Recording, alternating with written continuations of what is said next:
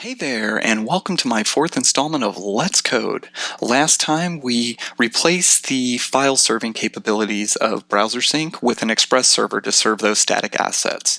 So as a result of that, we ended up removing BrowserSync from our workflow, and that makes me super sad panda. So I would like to take this session and go ahead and throw BrowserSync back into the flow and take this time to also clean up some general nasties that we have going around our server implementation right now. It's not so bad now, but I can see it getting really bad as time progresses, so we might as well get on top of that now. So, with our goals in mind, let's code. Alright, well, I really miss my browser sync, so we really need to get that back in there. So let's go ahead and jump into server here. And then we'll jump back into index. So to bring that in, we're just going to go and put var, we'll call it BS. This is on a new line, don't really need to. And then we're going to do require, and we will go browser sync. Okay, browser sync. And we're just going to do dot create, and we won't make it a named instance. We'll just create a new browser sync instance, and then down here we will this is insane how easy this is. Technology should not be this good, I'm telling you. This like really.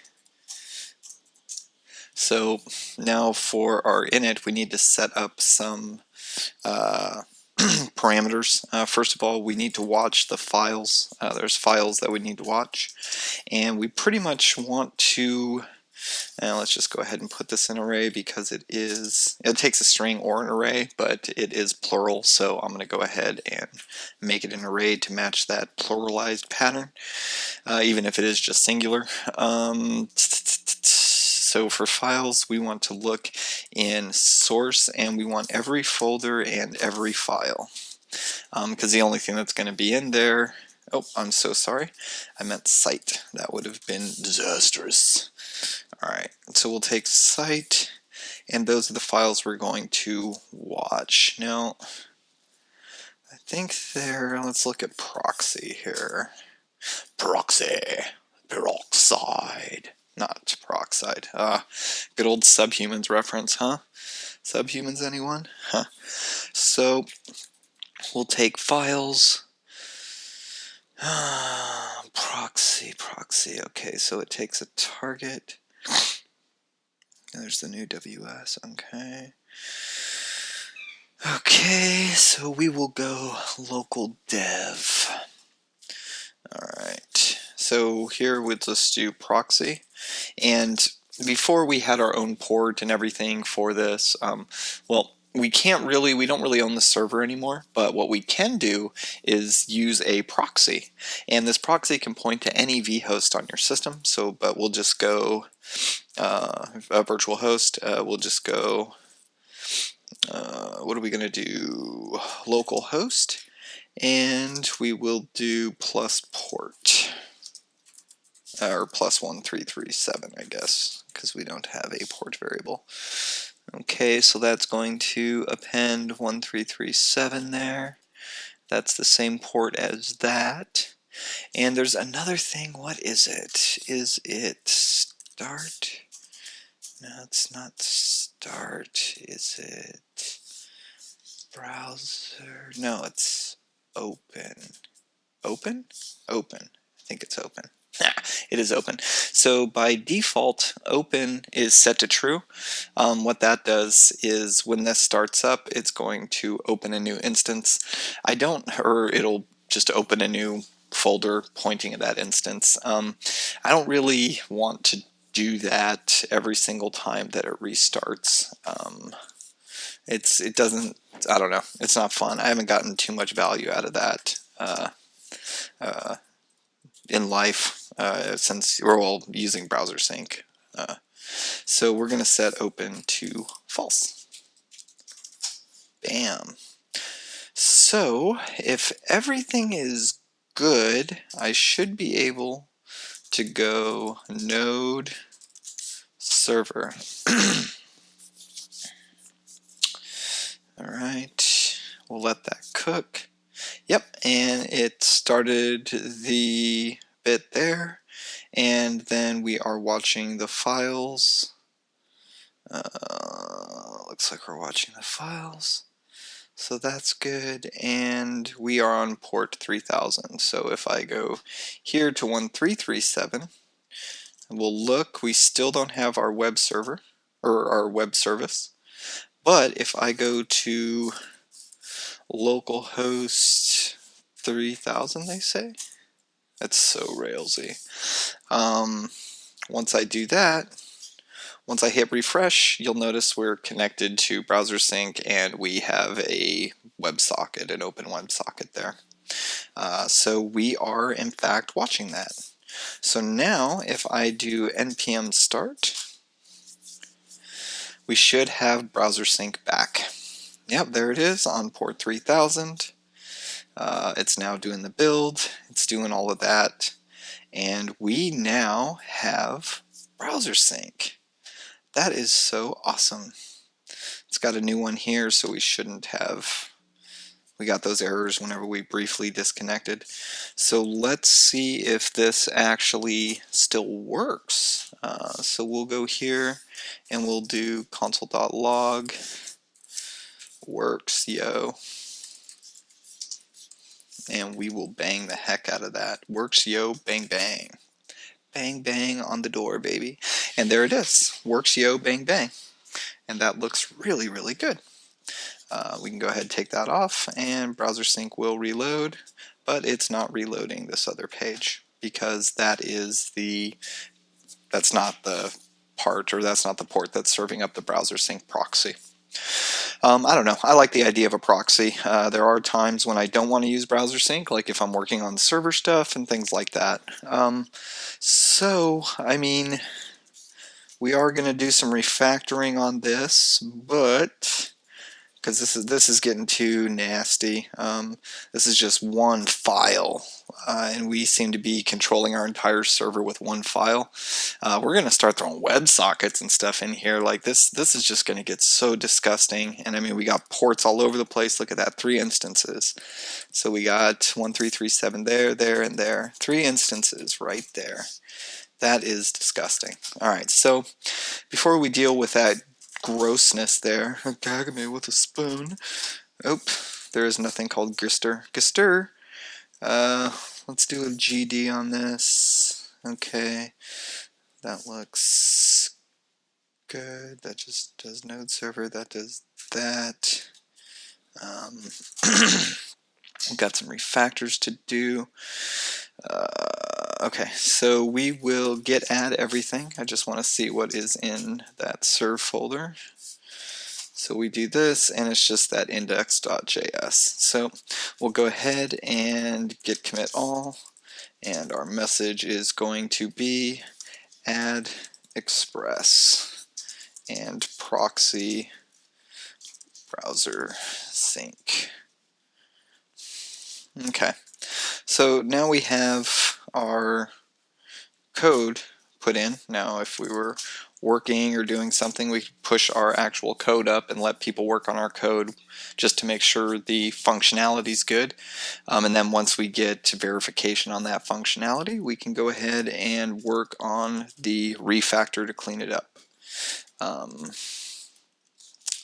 So we will do that. So one of the worst bummers about doing server stuff is you always need to restart your server, and like with these build systems, it is like, for instance, watch. So for me to tear down, there we go, we tear down, and so say I was making a change, doing something like that, we tear down, and I have to wait for the entire system to load. I gotta let it clean out, I gotta rebuild everything. Like, that's just ridiculous. It is completely ridiculous to do every single time we make a change. So like when we're doing the refactors on this, there's probably 2 or 3 refactors, like major refactors we could do to this to clean this up and make it a lot better than this crap that we have right here. we would have to do a little thing, either do it all at once and then have to debug everything, or if we did it step by step, we'd have to continually shut the build system down, bring it up. If only there was a way to just restart the server and just the server. Well, we're in luck, because there's this awesome thing called NodeMon. NodeMon, Node Monitor, NodeMon. So we're going to install NodeMon, and what that does is it basically monitors your app and then restarts Node. It's a wrapper for Node. Again, I don't include this in a build system because typically you're not doing server work. The only thing you're ever doing is serving up the static assets that you're building with your build system. So there's no real reason to ever have that in there. So now with that added, to get this to work, for instance, we would just do NodeMon. Actually, let's go into here. Let's go into package.json, and we'll go to serve. Here's serve, and all we need to do is go NodeMon. One of the things that sucks though is it listens to every JS file, and we have ignore. Oh, I hope it's ignore. Yeah, here we're taking a chance here. It may or may not be ignore. Let me close this. We are going to ignore source, because there are JavaScript files in there. I don't want it to reload every time we have one of those JavaScript files update, and every single time we do a build, I don't want the server to have to upload or reload. Ignore, what are we going to ignore?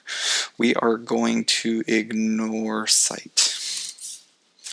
Okay, now we'll probably have to ignore build or something too, just to get out of certain edge cases here.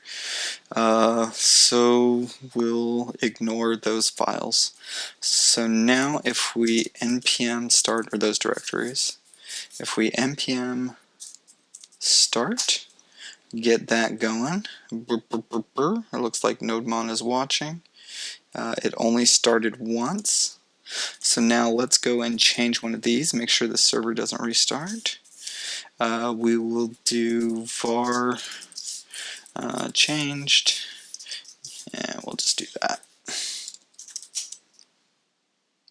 Okay, it didn't restart the server, but just rebuilt the bundle. So now let's go here and we'll do a real change.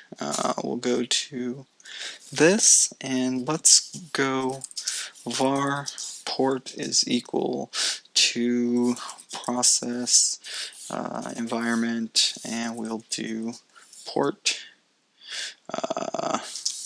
or 1337.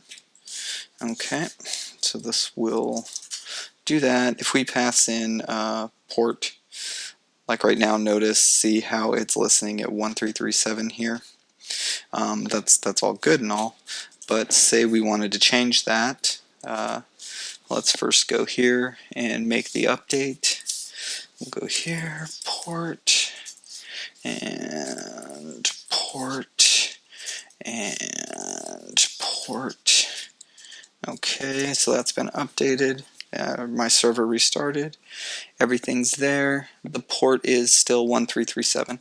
So now say I stop this and did, we'll just go through Node. We don't need to do NodeMon. We'll do Node server, except we will go port equals 8080.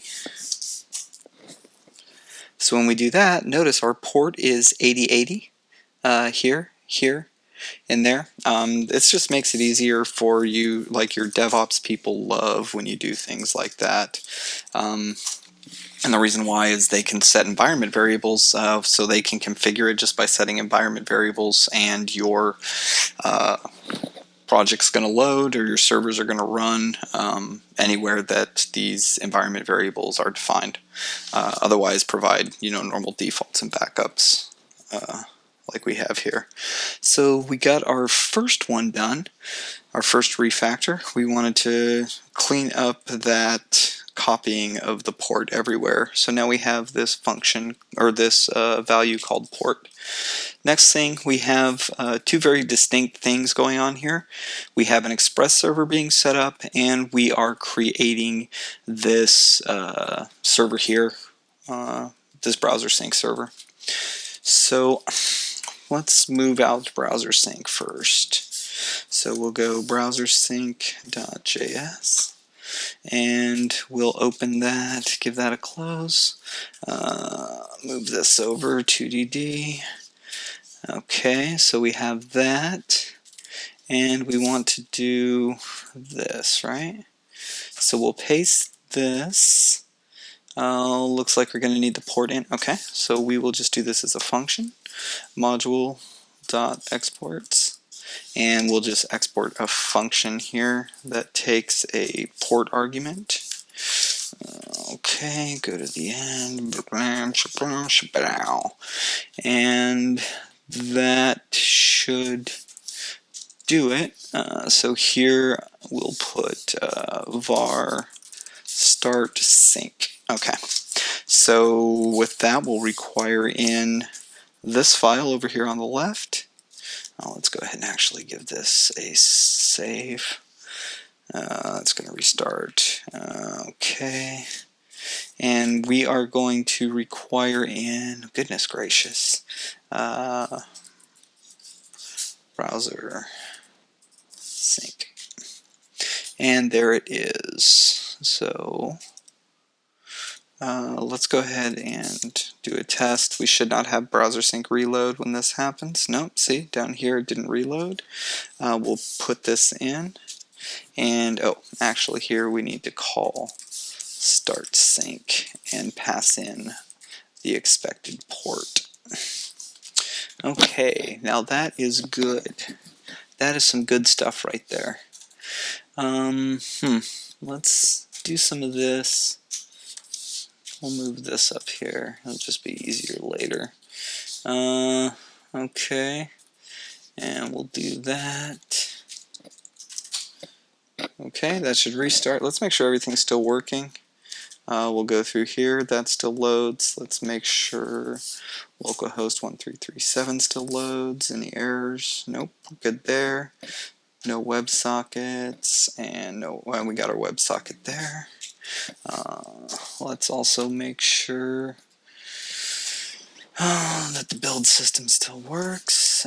We'll do var changed. Okay, that still works, and it triggered browser sync, so we're still good there. Alrighty, good, I say. Okay, so now we have browser sync over here, and that's been moved out. So that's very exciting stuff. This is already starting to look a lot cleaner. The only thing we really need to do is move this Express stuff out. So let's make, since we are calling this thing server over there, let's make a file inside of server called server. I know, I'm so original. I should be in marketing. So we'll do one of these, take all of this out because it's not really needed. We will take server and, oops, we will take server and put it back but we'll actually point that to server and there we go. Back. And we just need to make sure that we return that. I'm not going to save that yet though. So now we'll do module.exports equals server, and that will pass server out. So we'll do that. There's our use there. And there's the server. Okay, that's been updated. That should be brought in. And here comes the error. No error. Huh. I'm shocked, actually. So now you'll notice this whole time, though, our build system hasn't started over at all. Only whenever we've changed those files. This is great. This is where we want to be right now. This file, my goodness, this file is not disgusting. It's very adorable. This is probably This is really cute. We only have our index file basically just marries our dependencies. It's basically the little matchmaker that gives everybody the dependencies that they're going to need. So there's no weird coupling. All the coupling happens in this index file where it should. It's also where we're reading in our settings and stuff for initializing the app. Like that is what an index file is for. Good. To be honest, man, I think we're done. Like this is pretty much it. We got BrowserSync working. Yeah. I can't think of really anything else to do. So what we're going to do, the refactoring is done. Let's do a little GST. Okay, we've added browser, did I spell that right? Sync, yep, and then server there. What's happened with package.json? Did we change a script? Yes, that's where we put the ignores in. We brought in NodeMon. NodeMon. Oh, you know what else we need to do?